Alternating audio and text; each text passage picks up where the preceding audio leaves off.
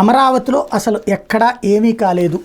ఇది తాజాగా ఫోటో. ఈనాడు, ఆంధ్రజ్యోతి రెండిట్లో కూడా ఒకేసారి వాళ్ళ రిపోర్టర్లు స్పాట్కి వెళ్ళి చూసి హైకోర్టుకు వెళ్ళేదారి చక్కగా ఉంది, అట్లాగే ఆల్ ఇండియా సర్వీసెస్ ఉద్యోగుల భవన సముదాయానికి వెళ్ళేదారి చక్కగా ఉంది, గ్రూప్ డి ఉద్యోగుల సముదాయానికి వద్ద చొక్క నీళ్లు లేవు, జడ్జీల భవనాల వద్ద కూడా అలాగే ఉంది. ఇది వాళ్ళు రాసుకొచ్చింది. ఈనాడు జ్యోతి రిపోర్టర్లు నిన్న ఆ స్పాట్లకు వెళ్ళారు, ఏ ప్రాబ్లము లేదు అన్నటువంటి.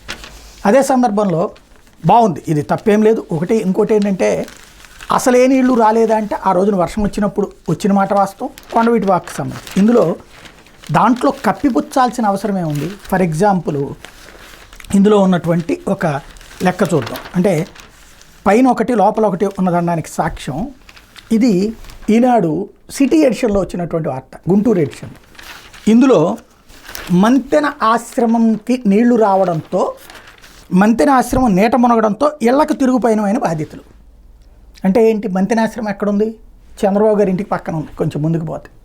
అంటే అక్కడ దాకా వచ్చేసినాయి కదా నీళ్లు. మరి చంద్రబాబు గారి ఇంటి ఫోటో ఎందుకు పెట్టలే? అది ఎందుకు పెట్టలేదు? ఇంకోటి, మొన్న ఈ ప్రాంతాల్లో రోడ్ల మీదకి నీళ్లు రాలేదా?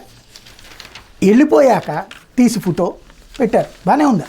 అక్కడ ఆ నీళ్ళని అవతలకు పంపించే పని చేశారు, తప్పేం లేదు. ఇప్పుడు అమరావతి నేనైతే తప్పుపట్టను, ఎందుకంటే ఒకసారి డిసైడ్ అయిపోయిన తర్వాత పబ్లిక్కే తీర్పిచ్చారు. తీర్పిచ్చిన తర్వాత అది కావాలని వాళ్ళే కోరుకున్నటువంటి సందర్భంలో కట్టాల్సిందే, నో డౌట్.